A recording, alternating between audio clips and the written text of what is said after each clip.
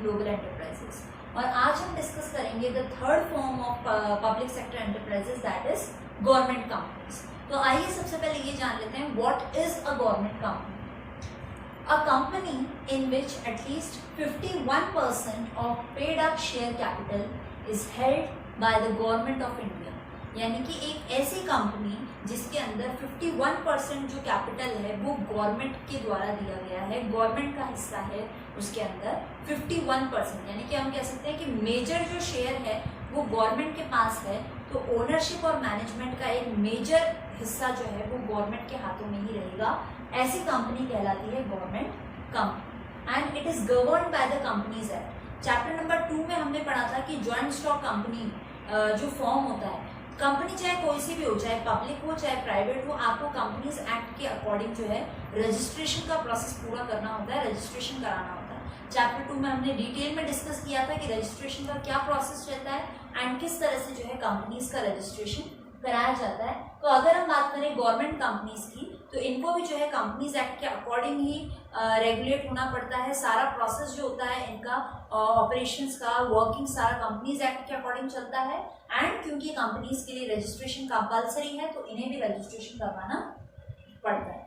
Example हम ले सकते हैं steel authority of India, state trading corporation, इस तरह की जो कंपनीज है दे आर गवर्नमेंट कंपनीज, जिसमें ओनरशिप और मैनेजमेंट का एक मेजर प्रोपोर्शन जो है वो गवर्नमेंट के हाथों में ही आता है, क्योंकि कैपिटल का ज्यादा हिस्सा जो है वो गवर्नमेंट दे रही है। देखिए इसमें हम कह सकते हैं कि 51% मेजर शेयर जो है वो सेंट्रल गवर्नमेंट दे रही है और बचा हुआ हिस्सा स्टेट गवर्नमेंट भी दे सकती है, या हम यूँ भी कह सकते हैं कि भाई स्टेट गवर्नमेंट दे रही है, बचा हुआ हिस्सा प्राइवेट इंडिविजुअल्स दे रहे हैं, या स्टेट गवर्नमेंट और सेंट्रल गवर्नमेंट की एक पार्टनरशिप है। किसी भी तरीके से हम इसको देखिए, बट जो मेन चीज नोटिस करने लायक वो ये है कि मेजर प्रोपोर्शन जो है, यानी कि मिनिमम 51% जो पोर्शन है वो गवर्नमेंट के थ्रू ही आएगा कैपिटल में, इसलिए ओनरशिप जो है वो गवर्नमेंट की मैक्सिमम मानी जाएगी।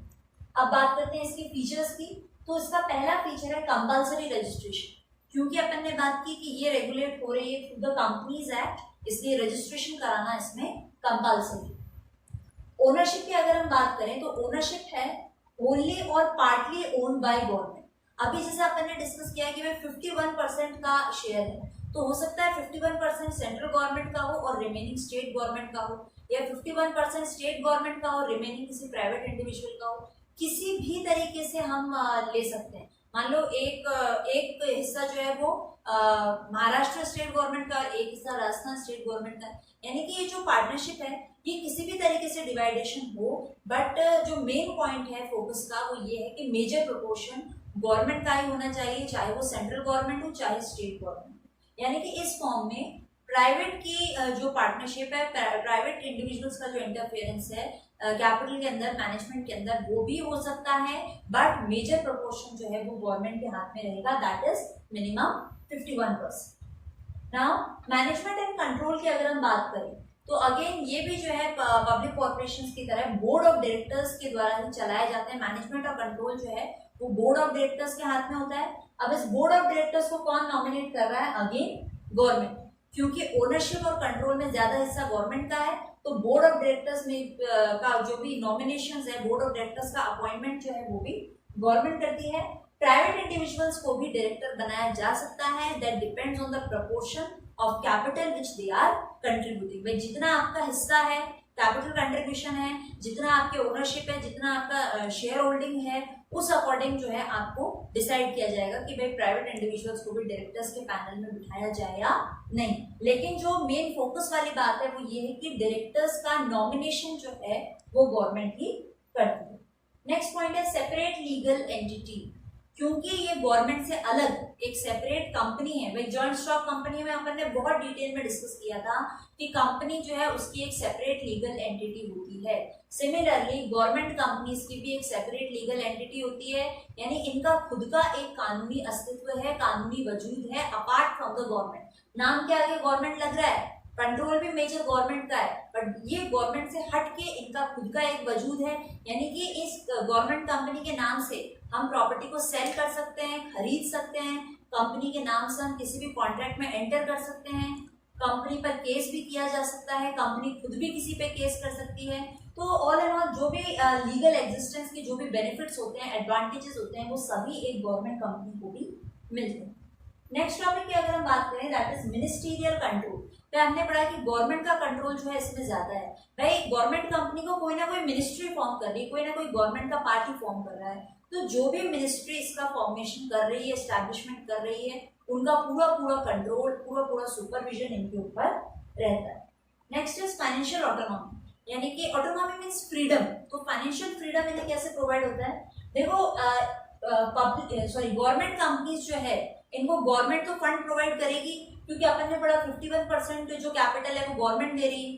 तो गवर्नमेंट एक तो फंड्स प्रोवाइड कर रही है, फाइनेंशियल हेल्प गवर्नमेंट दे रही है।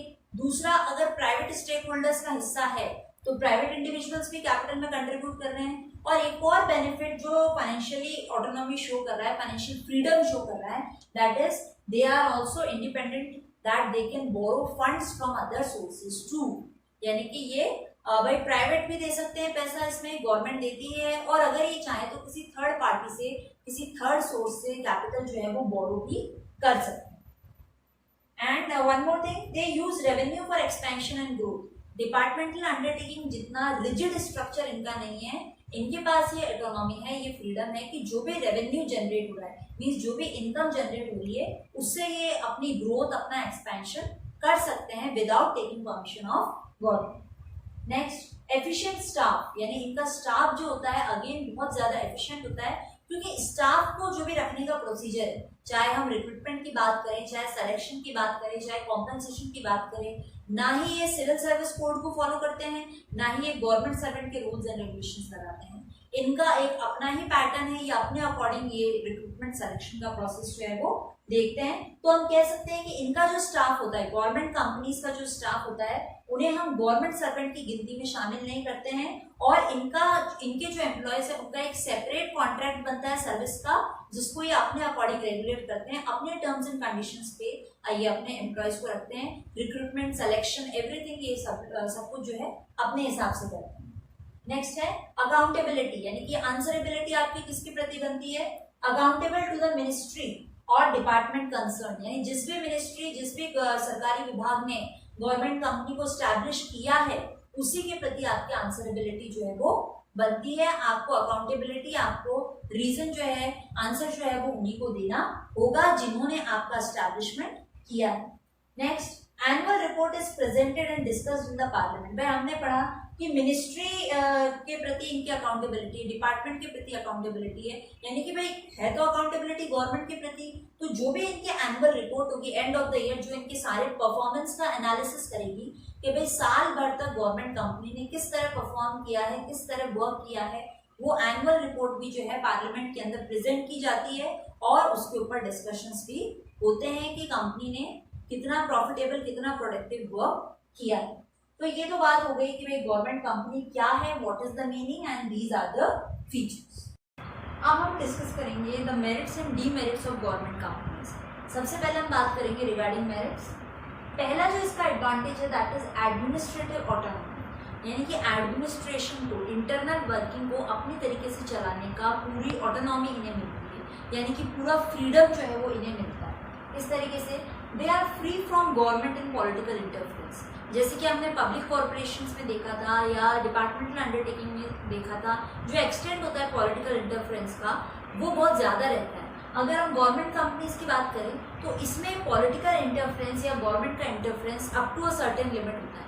इंटरनल एडमिनिस्ट्रेशन किस तरह वर्कआउट होगा ये कंपनी अपने अकॉर्डिंग देखती है, पॉलिटिकल या गवर्नमेंट इंटरफेरेंस इनके इंटरनल स्ट्रक्चर्स में कम रहता है। अगला जो हमारा एडवांटेज है that is greater flexibility. Again flexibility term show कर रहा है कि इन्हें, इनकी जो ऑपरेशंस होंगे, काम करने का जो पैटर्न होगा, जो तरीका होगा, वर्किंग मोड होगा, वो इनके अकॉर्डिंग होगा। इन्हें फ्रीडम है कि इन्हें गवर्नमेंट के बताए हुए पैटर्न को फॉलो करने की ज़रूरत नहीं है, अपने अकॉर्डिंग ये अपना सिस्टम डिसाइड करते हैं। और यहाँ पर डिसीजन मेकिंग भी जो है वो बहुत ज़्यादा क्विक होता है, फ्रीक्वेंटली ये लोग डिसीजन लेके काम करते हैं और मैक्सिमम जो ग्रोथ अपॉर्चुनिटीज़ है उनका बेनिफिट उठाते हैं। अगला एडवांटेज है एफिशिएंट स्टाफ।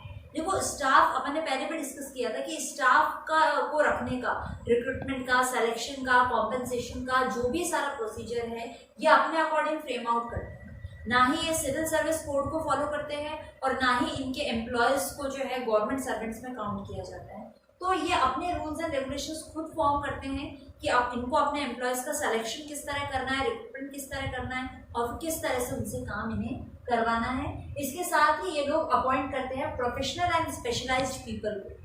अलग से ये लोग apart from the permanent employees कई सारे प्रोफेशनल एक्सपर्ट्स को और स्पेशलाइज्ड पीपल को भी ये लोग हायर करते हैं ताकि उनकी स्किल्स, उनकी स्पेशलाइजेशन, उनकी एक्सपर्टाइज का एडवांटेज जो है वो कंपनी को मिल सके।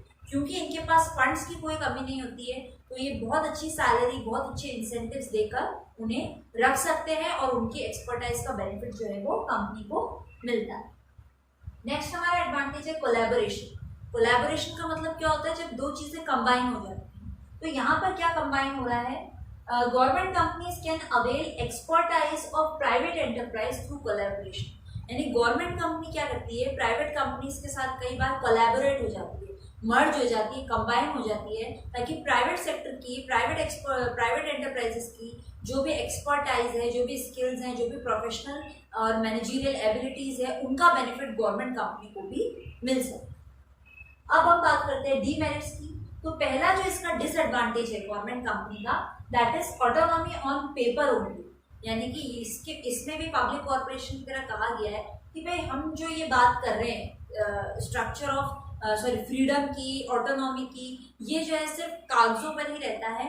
रियलिटी में गवर्नमेंट के मिनिस्टर्स का बहुत ज़्यादा इंटरफेरेंस जो है इसके अंदर रहता है। और बेसिकली अगर अपन गवर्नमेंट कंपनी की बात करें तो अपन ने शुरू में डिस्कस किया कि 51% जो है कैपिटल, यानी मेजर जो शेयर होल्डर है, मेजर शेयर होल्डिंग का जो हिस्सा है वो गवर्नमेंट के पास है 51%। तो जब उनके पास ओनरशिप और मैनेजमेंट का बहुत बड़ा प्रोपोर्शन है तो नेचुरली उनका इंटरफेरेंस जो है वो बहुत ज्यादा रहता है।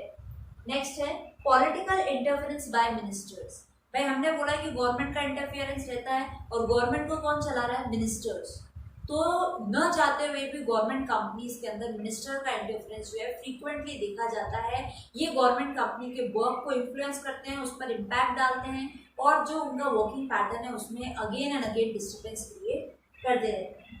नेक्स्ट है government representatives in board of directors. भाई हमने पढ़ा था कि बोर्ड ऑफ डायरेक्टर्स का जो नॉमिनेशन है पब्लिक सेक्टर के अंदर वो गवर्नमेंट ही करती है।